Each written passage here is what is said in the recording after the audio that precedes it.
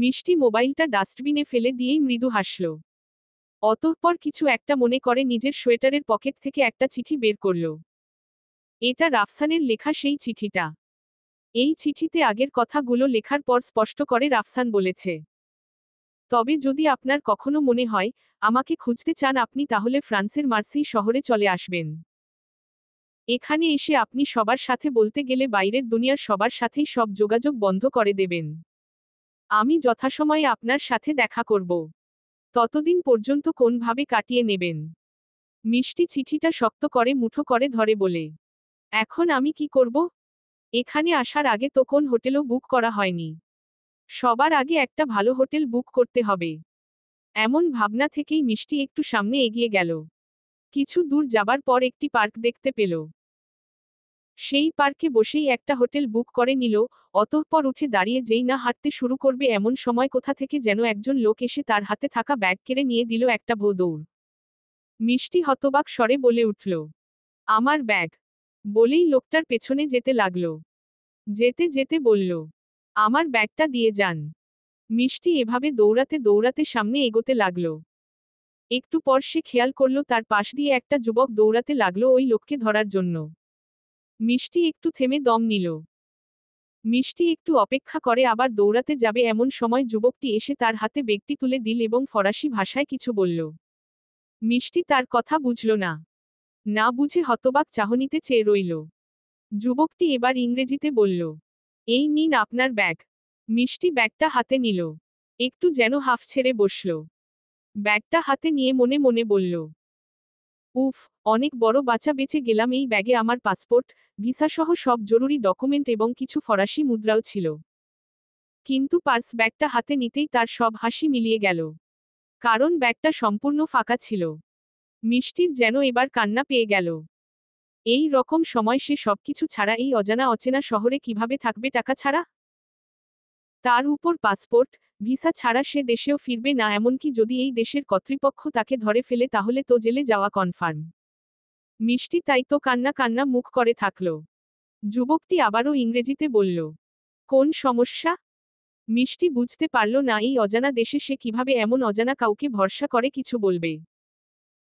কিন্তু এই যুবককে ভরসা করা ছাড়া তার আর কিছু করারও নেই। তার উপর যেহেতু যুবকটি তাকে সাহায্য করতে এগিয়ে এসেছিল তাই ভরসা করে বলল, আমি একজন বিদেশি নাগরিক। ফ্রান্সে কিছু কাজ করার জন্য আসছিলাম। এই ব্যাগে আমার পাসপোর্ট, ভিসা সবকিছুই ছিল। এমনকি টাকা পয়সাও। কিন্তু এখানে এখন কিছুই নেই। যুবকটি নিজের মাস্ক খুলে বলল, এটা তো অনেক বড় একটা সমস্যা। আপনি কোন দেশ থেকে এসেছেন? মিষ্টি যুবকটিকে ভালো করে দেখল। ছেলেটির চেহারা বেশ আরবীয় আরবীয় একটা ভাব আছে। মিষ্টি বলল, বাংলাদেশ। আমি একজন মরক্কান বংশোদ্ভূত। আমি 10 বছর থেকে মার্সেইতে থাকি। তাই এখানকার আইন কানুন সম্পর্কে সব জানি। আপনি নিশ্চয়ই মুসলিম তাই না? জি। আমার নাম ইয়াসিন আল খলিলি। আমিও একজন মুসলিম। আমি পাশেই একটা ছোট্ট গলিতে একটা ভাড়া বাড়িতে আমার মা ও বোনের সাথে থাকি। আপনার অবস্থা দেখে যা মনে হচ্ছে আপনার সাহায্যের প্রয়োজন। আপনি চাইলে আমার সাথে আমার বাড়িতে গিয়ে থাকতে পারেন। তারপর যদি কোনভাবে আপনার সমস্যার সমাধান করা যায় তাহলে না হয় গেলেন।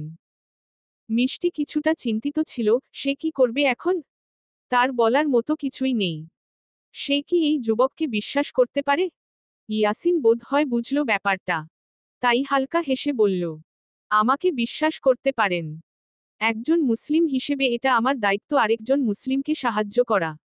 কিন্তু আপনার পরিবার, আমার পরিবারকে নিয়ে আপনাকে চিন্তা করতে হবে না। তারা আপনাকে দেখলে আরো খুশি হবে। মিষ্টি এবার যেন একটু ভরসা পেল। সে বলল, বেশ চলুন। ইয়াসিন যেতে যেতে মিষ্টিকে বলল, আমার মা ফাতিমা আল খলিলি। উনি মার্সেইয়ের একটা গ্রোসারি শপে কাজ করেন। আমার বোন আমিনা আল খলিলি এখানকার একটা কলেজে পড়ছে। আমি ক্যাবচালক হিসেবে কাজ করি এখানে। আমার যখন 14 বছর বয়স তখনই আমার মা আমাদের দুই ভাইবোনকে নিয়ে ফ্রান্সে আসেন, তখন থেকে আমরা এখানেই থাকি। ইয়াসিনের সাথে মিষ্টি ধীরে ধীরে গলির ভেতরে হাঁটতে লাগল। আশেপাশের দৃশ্য দেখে মিষ্টির মনে হলো জায়গাটা বেশ পুরনো, কিন্তু পরিচ্ছন্ন। ছোট ছোট বাড়িগুলো সাজানো, যেন এক একটা ছোট্ট পরিবারের গল্প বলে। ইয়াসিন মাঝে মাঝে মিষ্টির দিকে তাকিয়ে তার চেহারার অস্বস্তি বুঝতে পারছিল। হালকা হেসে সে বলল, আপনার ভয় পাবার কিছু নেই।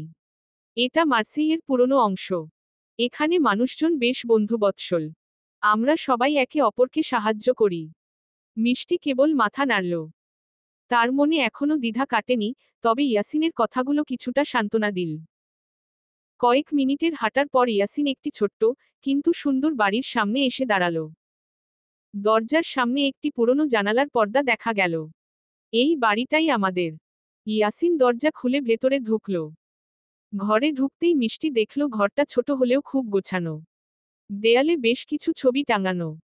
একটি ছবি বিশেষভাবে মিষ্টির দৃষ্টি আকর্ষণ করল। ছবিটায় ইয়াসিন, তার মা এবং তার বোন একসাথে বসে হাসছে। আম্মু, আমি ফিরেছি। ইয়াসিনের কণ্ঠে উচ্ছ্বাস ছিল। কয়েক সেকেন্ডের মধ্যেই একটি পরিপাটি বয়স্কা মহিলা রান্নাঘর থেকে বেরিয়ে এলেন। তার মুখে আন্তরিক হাসি। তিনি মিষ্টিকে দেখে একটু অবাক হয়ে বললেন, কে এই মেয়ে? ইয়াসিন মায়ের সামনে দাঁড়িয়ে মিষ্টির পরিচয় করিয়ে দিল। সব কথা শুনে ফাতিমা আল খলিলি মিষ্টির দিকে এগিয়ে এসে হাত ধরে বললেন, তুমি একদম চিন্তা করো না মা। নিশ্চিন্তে এটাকে নিজের বাড়ি ভেবেই থাকতে পারো। মিষ্টি অবাক হলো এই আন্তরিকতার সামনে। এতদিন সে ভেবেছিল বিদেশে কেউ কখনো এত আপন হতে পারে না। কিন্তু এই পরিবার যেন এক মুহূর্তে তার সব ভুল ভেঙে দিল। ফাতিমা তাকে একটি ঘরে নিয়ে গিয়ে বললেন, এই ঘরটা তোমার জন্য। এটা ছোট, তবে আরামদায়ক। তুমি বিশ্রাম নাও। এরপর আমরা একসাথে রাতের খাবার খাব। মিষ্টি ধন্যবাদ জানিয়ে ঘরে ঢুকল। ঘরটা ছোট হলেও বেশ সাজানো। মিষ্টি জানালার কাছে দাঁড়িয়ে বাইরে তাকালো। দূরে কিছু শিশু খেলা করছে। এত কিছুর পর তার মনে একটুখানি শান্তি অনুভব হলো। চলবে ইনশাআল্লাহ। পরবর্তী পর্ব পেতে চ্যানেলটি সাবস্ক্রাইব করুন।